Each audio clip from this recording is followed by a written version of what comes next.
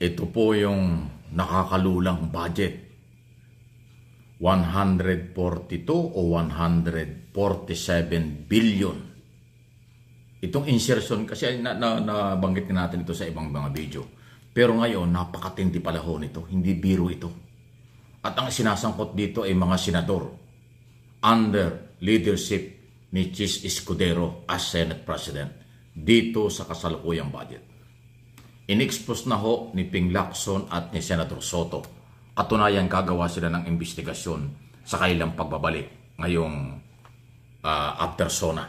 Dahil ito po yung nakakalula. Ang dami ng mahihirap, ang daming lumulubog sa baha, ang daming may sakit. Pagkatapos ito pa ng mga senador ay may ganitong kalaking perang itinatago. Itinatago kasi kasama daw ito sa national budget. Pero hindi alam ng Malacanang, hindi alam ng Department of Budget Management. Paano ito pinalusot ng mga senador? Pakinggan nyo itong paliwanag ni Senator Tito Soto na magsasagawa ng investigasyon. Kusen? Yes, paiimbestigahan talaga natin yan sapagkat talagang baka kung mayroong better word than scandalous, baka yung nagamitin ko. Hindi, wala akong naisip nung at that very moment. Sapagkat, tingnan mo naman yung, katulad yan, sinasabi ng TBM, talaga nandun yan. Hindi ang ikinakaila nila sa kanila galing. Hindi talaga sa kanila galing. Meron mga sources na pinagkunan ang media at siyempre, nung tinanong ako ng reaksyon, kasalukuyan, iniimbestigahan, tinitignan ni Senator Lacson yan about 2 weeks ago mula nung kami Senator na, tinitignan niya yan Ako naman meron din ako mga kinakausap at inaalam tungkol dyan. At sapagkat naamoy namin yan during the campaign merong nakapagkwento sa amin. So, pine-verify namin. Ngayon, lumilitaw talaga na tama talaga yan. Ngayon, bakit ko sinasabing scandalous at excessive? Kasi kung ang mga senador, yung NEP muna, yung NEP budget ng presidente aakyat sa Congress. Pag pinadala sa Congress, yung Kongreso, ititweak yan, may mga gagalawin, may kung ano-anong gagalawin dyan na sa tingin nila dapat, yung iba nagpapalam sa presidente, yung iba hindi. Aakyat sa Senado ngayon. Pag aakyat sa Senado, okay na. Ito ngayon, may mga amendment sila, may kanya-kanyang amendment yung mga senador. Okay lang yan kung institutional amendment. Ngayon, kung maglalagay sila ng mga sarili-sarili nilang project, ang mga pinapayagan noong araw, ng mga panahon namin, saka ng mga panahon namin, mga old-timers, kung meron mang ipapasok na project ang mga senador na let's say, nasa mga 200 million, 300 million, 500 million sa isang lugar, sa bansa niya, sa bayan niya, or something like that. Okay lang yan. Yung mga ganun, tinotolerate yun. Sapagkat usually dapat mayroong program of work na tinatawag. Okay. Pero pagka ganyan billion-billion ang usapan at hindi niyo nilagay sa budget, kundi nilagay niyo sa BICAM. Wow. Ay, teka muna, ibang usapan yan. Malalang pork barrel ang tawag yan.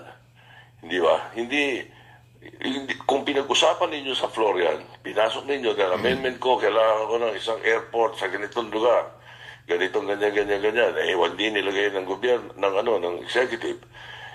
Gusto kong ilagay. Yung mga ganon, baka matanggap ng kapwa senador yan. Hindi ko maintindihan kung paano nangyari ito. Pagdating daw ng BICAM, biglang ganyan. At kung natatandaan mo, Conte, nung may binito pa presidente dyan sa budget na yan. Hindi lang yan, Yung 142 na nakikita ngayon, yan pa lang yun nakikita. Baka meron pang mas malala pa dyan, hindi pa natin nakikita. Tito Sen, ang sabi ni Senator Ping Lacson na nabalitaan ko na siya ay maghahayag ng kanyang privilege speech tungkol sa isyong ito, pati nga yung binanggit sa aming interview na Mindoro pala, yung maliit na barangay, 1.9 billion, at maging bayan daw na less than mga 10,000 lang ang populasyon, halos 10 billion o 9 billion po ang inilaan. Pag siya nagtalumpati, susunod ba ron ang iyo ng paghahayag na ito'y imbestigahan ng Senado? At kung iimbestigahan ng Senado, parang lalabas dyan, you are going to investigate a few of your own. Yes. Oh, yes. We have to do that because we cannot tolerate that. Hindi natin pwedeng hayaang maulit So, paano mangyayari yan? Una sa lahat, pigilin natin yan. Kung ito hindi pa nare-release ng gobyerno to, dapat hindi release ng presidente. Yes. Kung hindi ako nagkakamali, merong nagsabi sa akin kagabi na pag uwi raw ni Presidente, gusto niyang alamin din ito sapagkat nakarating na sa kanya at medyo ang pagkakasabi sa akin, nagalit daw.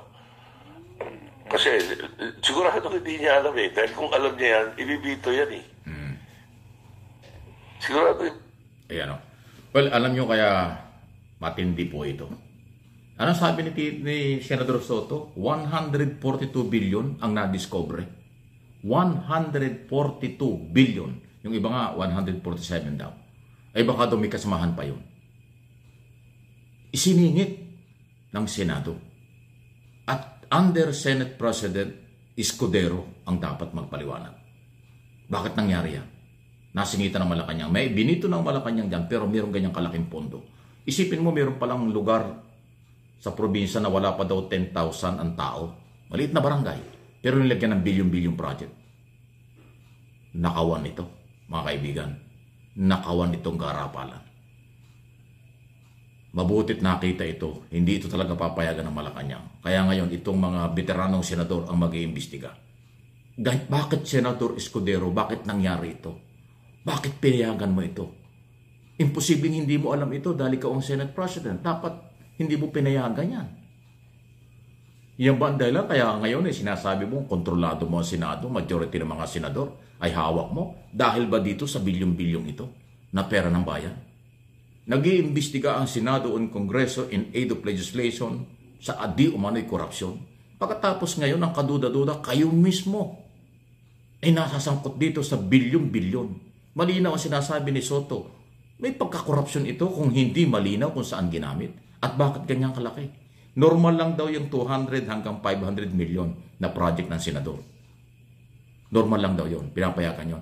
Pero pagkaganitong karaming bilyon na kahit ang Malacanang ay nalusutan kung papaano nasingit ito, insertion ito sa BICAM, itong budget na ito 2025. Abay maraming dapat ipaliwanag ang Senate President Escudero at kasalukuyang mga senador. Wow! Kaya tuloy lumalakas ang panawagan, abolis na ang Senado eh. Kaya tuloy lumalakas ang panawagan, galit na sa Senado at galit na sa mga senador. Ito, nagkukunwarin kayo'y malilinis, nagkukunwarin na kayo ay matitino, pagkatapos ganitong kalaki ang insertion. Ay totoo ito kasi si Soto, dating Senate President, pinglakso na senador na veterano, ang nakakuha ng impormasyon. Nasa dokumento eh. Naku, nagkabukuhan na. Ito ba ang epekto ng pagiging arogante? Ito pa ang epekto ng kung bakit ang dating pro-Sara, puro Duterte, puro dribble sa impeachment? Dahil merong ganyang kalaking pondo kayo, may ganyang kalaking pondo na pera ng bayan, hindi malaman kung saan napunta. At kung sino ang makikinabang dito. Grabe ito. Mga kaibigan, matindi po ito. Huwag nating iiwan itong isyong ito. Please like and share. Pakishare po ninyo sa lahat ng inyong mga kaibigan sa buong mundo ang isyong ito. Pera natin, pera ng Pilipino ito.